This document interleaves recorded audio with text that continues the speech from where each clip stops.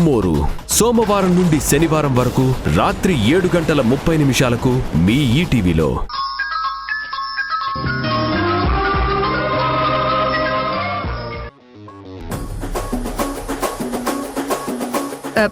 SI గారు, నా మొగుడిని కొడితే కొట్టారు గాని ఆయనకి ఇంటి భోజనం తప్ప జైలు కూడా అస్సలు పడదు. అసలే ఆయనకి గ్యాస్ట్రిక్ ప్రాబ్లం ఉంది. ఈ ఒక్క పూట ఆయనకి ఇంటి భోజనం పెడతానండి. రత్నం, నేనంటే నీకెంత ప్రేమే. పైకి గయ్యాలివైనా లోపల నీ మనసు వెన్న. సరే అండి, ఇంతగా రిక్వెస్ట్ చేస్తున్నారు కాబట్టి ఈ ఒక్క పూటకి పర్మిషన్ ఇస్తున్నాను. కానిస్టేబుల్ సార్, సెల్ ఓపెన్ చేయండి. అలాగే సార్.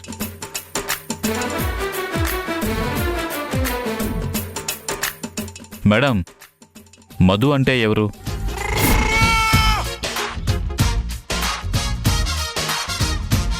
ఏం లేదు, మీ ఆయన్ని కొట్టినప్పుడల్లా, ఆయన నిద్రపోతున్నప్పుడల్లా మధు మధు అని కలవరిస్తున్నారు.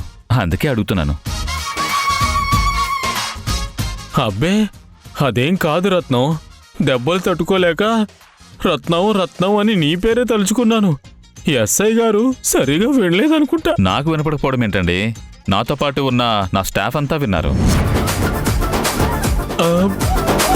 ఏరా, మీరంతా విన్నారు కదా? విన్నాం మేడం, విన్నాం.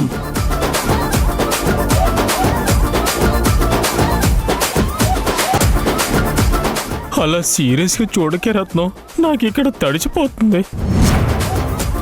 ఇది కొత్త లాటి. ఎస్ఐ గారు, కొత్త లాటి ఒక్కసారి ఇస్తారా?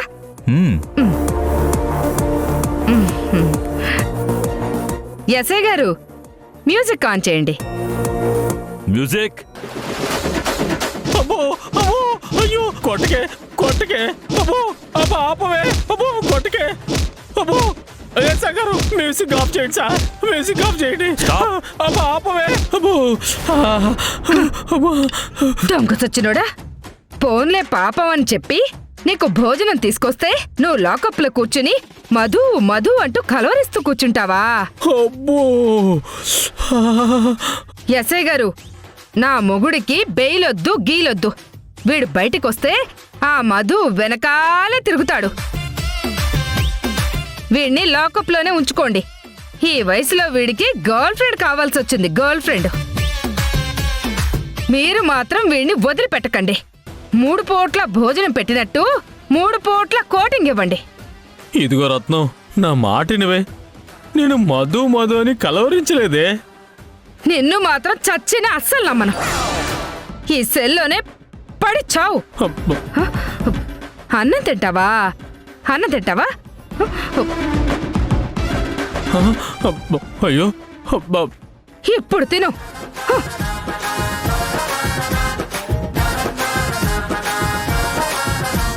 ఎస్ఐ గారు, మా రత్నంతో ఎందుకండి అబద్ధం చెప్పారు?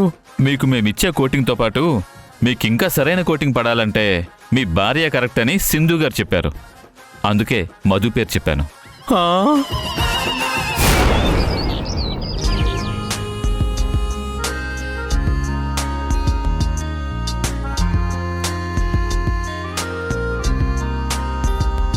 యష్, కాఫీ.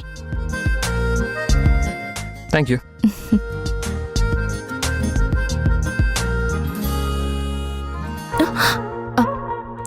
యష్, ఏంటిది పొద్దున్నే? సరసానికి సమయం అంటూ ఉండదు సింధు. యష్, వేడి వేడిగా కాఫీ తెచ్చాను, ముందు కాఫీ తాగు.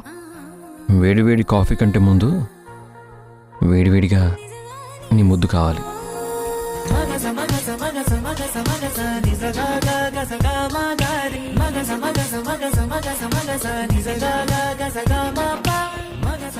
నాన్నా,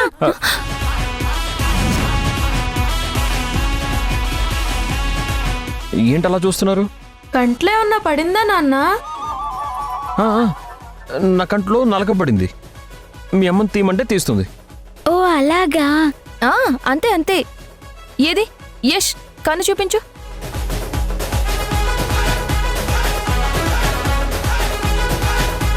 పదరిషి, మనం వెళ్ళి ఆడుకుందాం. పద. పిల్లలు వెళ్ళిపోయారు.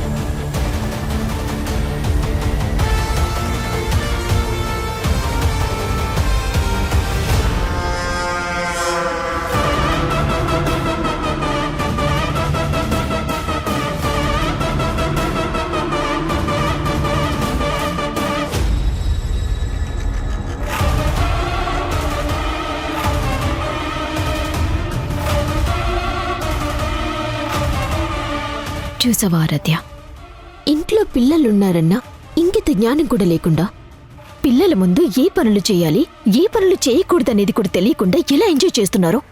ఛీ!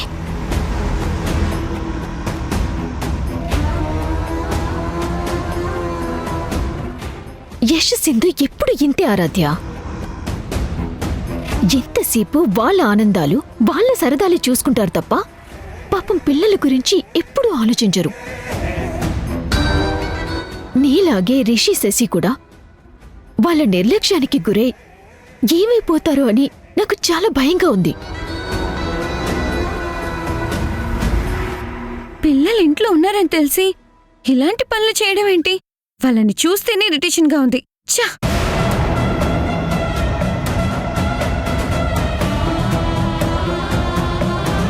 సింధు, ఇదే ఆరాధ్యని పావులా ఉపయోగించుకొని అన్యోన్యంగా ఉన్న మీ భార్యాభర్తల్ని వేరు చేసి తీరుతాను.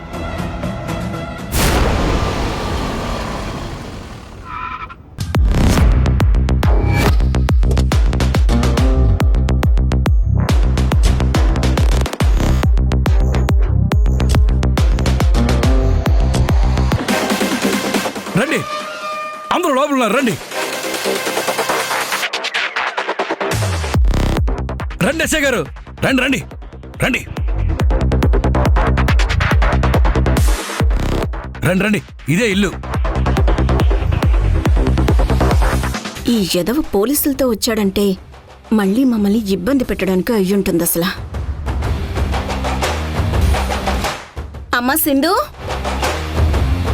ఏంటత్తయ్యా?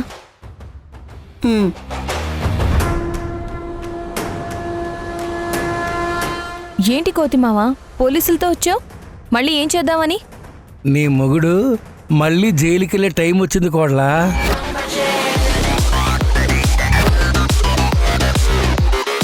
అందుకే పోలీసులను తీసుకొచ్చాను మీ ఆయన్ని అరెస్ట్ చేయించడానికి. అరెస్ట్ చేయడానికి నేనేం తప్పు చేశాను? నిన్న మా ఇంటికొచ్చి నా నుదుటి మీద గన్నెట్టి నన్ను చంపేస్తానని బెదిరించలేదు నువ్వు? నేనా? అవును నువ్వే.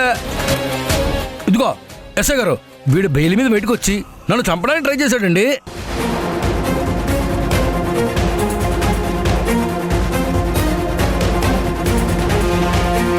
నా మీద హత్యా ప్రయత్నం చేశాడు.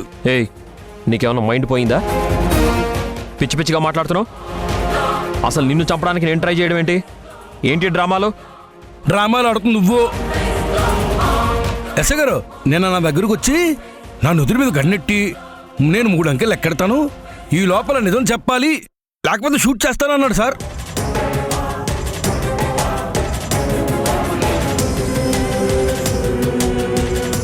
ఒకటి 2 3 అని లెక్కెట్టి మరి తుప్పుక్కని కాల్చేశాడు సార్. ఆ భయంతో ఒక్కసారిగా లేచి నిల్చున్నా సార్ నేను. కాల్చాడా? కాల్చిన తర్వాత ప్రాణం పోతుంది కదా, ఎలా లేచి నిల్చున్నావు? అంటే అదంతా కలలో చేశాడు సార్.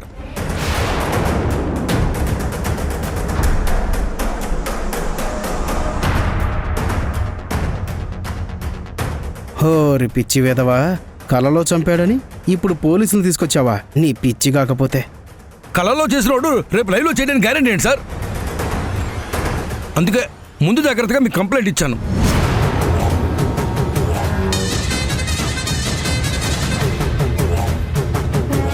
ఊరి పిచ్చిన మావయ్య, ఎంత పని చేసావు. ఒరే పిచ్చి నా కోతి మామ, కల్లో నా భర్త వచ్చి నిన్ను చంపబోయాడని పోలీసుల్ని మా ఇంటికి తీసుకొస్తావా? పోలీసులు నీ దృష్టిలో మరీ అంత పిచ్చోళ్ళలా కనిపిస్తున్నారా? మరి లేకపోతే నీకు ఎదవల్లా కనిపిస్తున్నారా?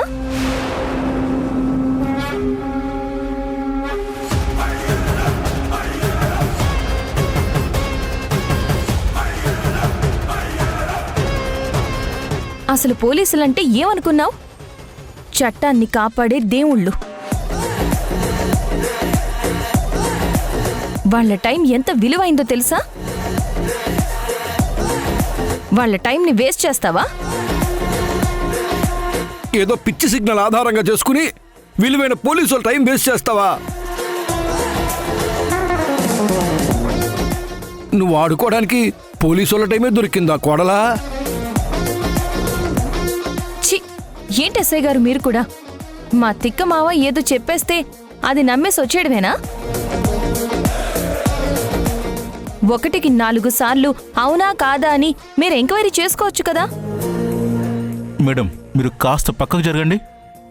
ఇప్పుడు ఈ నాకేం క్లాస్ పీకుతాడు?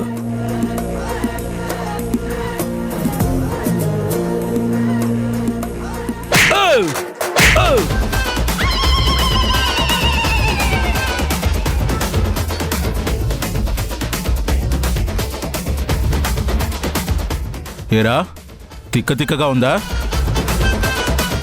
నీ మీద హత్యా ప్రయత్నం చేశాడని కంప్లైంట్ ఇచ్చి ఇక్కడికొచ్చాక కలలో చేశారని చెప్తావా? కామెడీగా ఉందా? అబ్బే, కామెడీ కాదు సార్. ఈ యష్కి అసలే కోపము ఆవేశం ఎక్కువ. చూడండి ఎలా చూస్తున్నాడు. ఈ మధ్య నా మీద చాలా కచ్చ పెంచుకున్నాడు సార్. కలలో చంపినాడు ఏదో ఒక రోజు డైరెక్ట్గా చంపడానికి గ్యారంటీ ఏంటి సార్?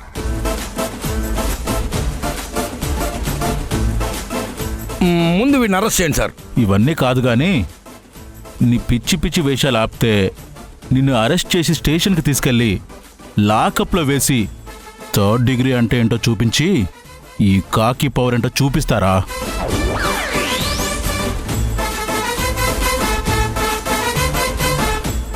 ఎరా, నేను నిన్ను కాల్చినట్టు కాలొచ్చిందా?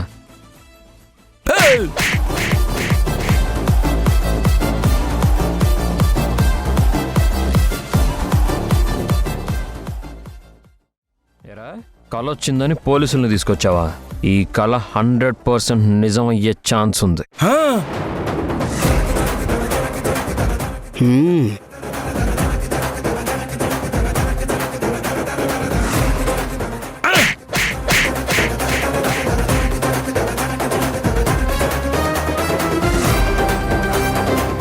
ఎందుకు కొడుతున్నావు?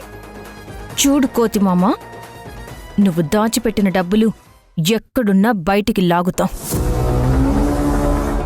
ఆల్రెడీ పొలిటీషియన్ లోపలికి పోయాడు. మిగిలింది నువ్వు ఆ మధునే.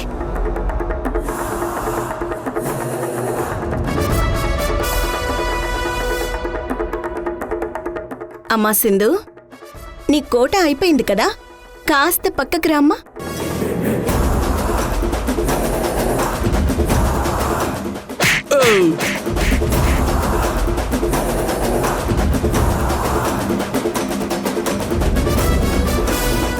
ఏంట్రా చూస్తున్నావు? చావు భయంతో రాత్రంతా నిద్ర కూడా పోయినట్టు లేవు. వెళ్ళి పడుకొనిచ్చావు. ఎలా?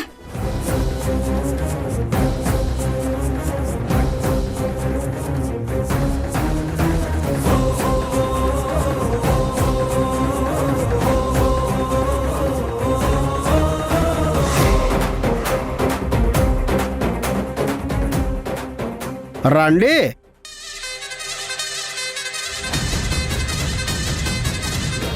దేవా, వాళ్ళనేదో దెబ్బ కొడతానని చెప్పి వాళ్ళ చేతుల్లో దెబ్బ మీద దెబ్బ తిన్నారు కదా దేవా. మావయ్య, నీ బ్రెయిన్ ఏమైనా బ్లాస్ట్ అయిందా? కాలం వస్తే పోలీస్ కేసేంటి? వాళ్ళ ముందు బఫున్ వైపోయావు.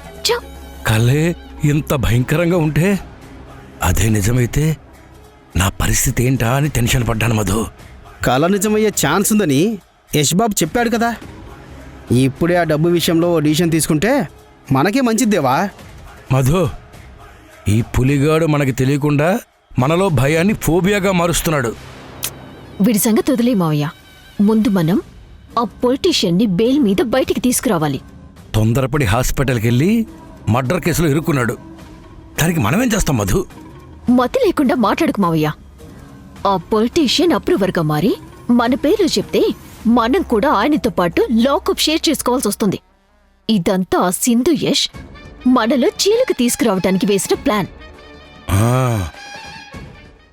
ఇప్పుడు మనం ఆ పొలిటీషియన్ని బెయిల్ మీద బయటికి తీసుకురాకపోతే మనం మోసం చేశామని, ఆ డబ్బు మనం కొట్టేస్తామని పోలీసులకి నిజం చెప్పేస్తాడు.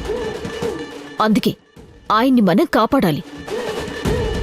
మనం ముగ్గురం యూనిటీగా ఉంటేనే సింధు యష్లని తట్టుకుని నిలబడగలం. లేదంటే మనల్ని అతపాలానికి తొక్కేస్తారు. మావయ్య, చించింది చాలు, పద.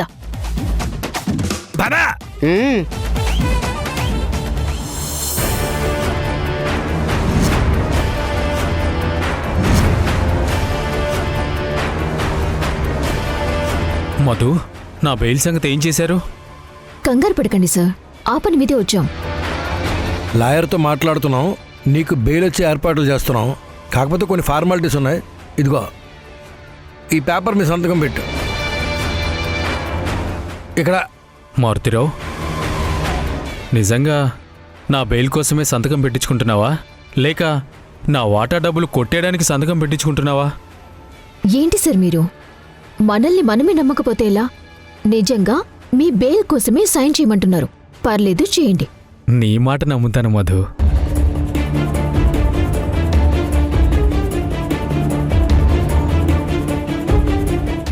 ఇక్కడ పోలీసులు నన్ను కొట్టే దెబ్బల కంటే, నన్ను అరెస్ట్ చేసి లోపల పెట్టారన్న బాధ కంటే నీకు సారీ మీకు దూరమయ్యానన్న బాధే ఎక్కువగా ఉంది మధు. నిన్ను సారీ మిమ్మల్ని చాలా మిస్ అవుతున్నాను మధు. ఎరా మొగుడా, నీకు బెయిల్ వస్తే ఇంటికి రాకుండా ఈ మధు వాళ్ళతోనే సెటిల్ అయ్యేటట్టున్నావే. వద్దమ్మా కాస్త ఇసుంటారమ్మా. ఇసుంటారా అది. ఆల్రెడీ స్టేషన్లో పోలీసులు కొడుతున్నారు. మీరు కూడా మీ ఆయన్ని కొడితే ఎలా చెప్పండి? చచ్చిపోతాడు తల్లి. కొట్టడం కాదు, వీడిని నిలువున కోసేయాలి. మధు, నువ్వు సారీ మీరు నన్ను చూడ్డానికి అప్పుడప్పుడు వచ్చిపోతూ ఉండండి. అయ్యో, నేను చెప్పేది వీళ్ళొస్తే నాకు కాస్త ధైర్యంగా ఉంటుందనే. ఇదిగో మారుతిరావు, నా మొగుడికి బెయిల్ రాకపోయినా పర్వాలేదు, వదిలే. మతి లేకుండా మాట్లాడకండి. సారీ, అర్థం చేసుకోండి. ఆయనకి బెయిల్ రాకపోతే మాకే ప్రాబ్లం అవుతుంది. సార్, మిమ్మల్ని బయటికి తీసుకొచ్చే బాధ్యత మాది. ఆ మాత్రం ధైర్యం చెప్తే చాలు మధు, నేను ధైర్యంగా ఉంటాను. రత్నం గారు ధైర్యంగా ఉంటాడంటమ్మా. మధును రా, లాయర్ని కలవాలయ్యా, బెయిల్ తేవాలయ్యా. బెయిల్ కూడా వద్దంటమ్మా. వెళ్ళొద్దు మారుతిరావు. హోరి నాయనో, ఎట్టెట్టా బెయిల్ వద్దా? మరింకేం కావాలి? నేను ఈరోజు మౌనవ్రతం మాట్లాడనుగా. జోకేసావా? దోకొస్తుంది. ఎరా మధు చెప్తే నీకు ధైర్యమా? ఈ పెళ్ళం మాత్రం దూరమా? చెప్తా, నీ పని చెప్తా. అయ్యో,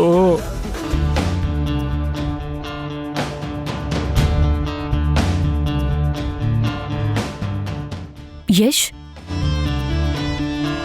మా కోతి మామ ఉద్దేశం ఏంటి? కళ్ళొచ్చిందని పోలీసుల్ని మన ఇంటికి తీసుకొచ్చి మరీ హడావిడి చేశాడు. దీని వెనక ఏవైనా డబుల్ గేమ్ ఆడుతున్నాడా అన్నదే నా డౌట్. ఏదో ప్లాన్ చేసి ఉంటాడనిపిస్తుంది. ప్లాన్ కాదు సింధు, చావు భయం. నేను బయటకు వచ్చాను కదా, వాడిని వదిలిపెట్టనని వాడికి అర్థమైంది. వాడి ప్రాణాన్ని తీసైనా ఆ డబ్బు ఎక్కడ దాచిపెట్టాడో తెలుసుకుంటామని వాడికి అర్థమైంది. అందుకే అంతలా టెన్షన్ పడుతున్నాడు. వాడి నోటితోనే ఆ డబ్బెక్కడుందో చెప్పించాల్సిందో. ఎలా చెప్పిస్తావు? అందుకు నా దగ్గర ఓ ప్లాన్ ఉంది. అది వర్క్ అవ్వాలంటే ముందు మధుని లాక్ చేయాలి. సింధు, మధు ఇంట్లోనే ఉందా? లేదు, ఆ పొలిటీషియన్కి బెయిల్ కోసం లాయర్తో మాట్లాడడానికి వెళ్ళింది. అయితే ఇదే మంచి టైం. ఆ మధుకి చెక్ పెట్టే ఛాన్స్ వచ్చింది. అదేంటో చెప్తాను. వచ్చింది.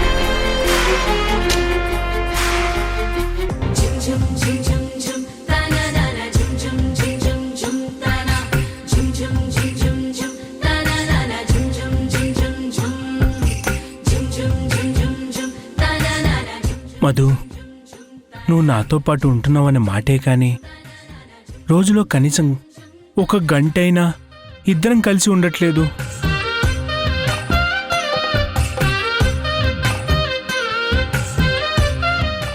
వస్తావు పోతావు, మనసు విప్పి మాట్లాడే ఛాన్స్ కూడా నాకు దొరకడం లేదు. ఎప్పుడు చూడు డబ్బు అని, పొలిటీషియన్ అని, మా మావయ్య అంటూ 24 గంటలు వాళ్ళ చుట్టూ తిరుగుతున్నావే తప్ప నా గురించి నువ్వు అస్సలు పట్టించుకోవట్లేదు. నిన్ను చాలా మిస్ అవుతున్నాను మధు.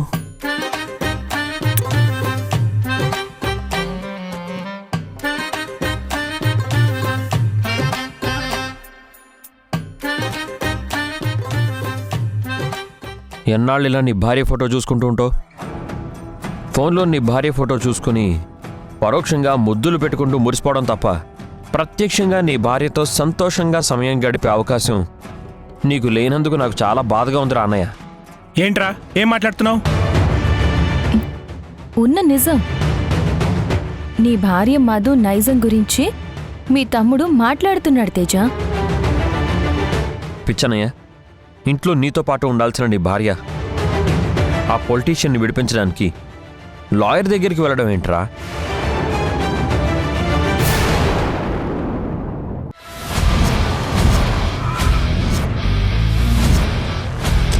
చెప్పింది గుర్తుంది కదా? గుర్తుంది యష్.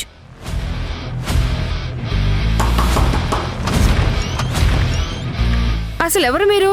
మేము మీతో కొంచెం మాట్లాడాలి. లోపలికి రావచ్చా? రండి రండి. ఇంతకీ ఎందుకు వచ్చారు మీరిద్దరు? ఆ మారుతీరావుజీ దగ్గర పెట్టెలా డబ్బు ఉందంట కదా మేం సాబ్. అవును. ఆ డబ్బుతో మాది దుబాయ్లో సెటిల్ అయిపోతాను అని చెప్పినారు. మాకి 50 లక్షలు అడ్వాన్స్ ఇచ్చాడు. మీరు చెప్పేది నేను నమ్మేదేలా? ఏది బేగంజీ, నీ ఫేసు ఒకసారి చూపించు. చూపించు బేగంజీ.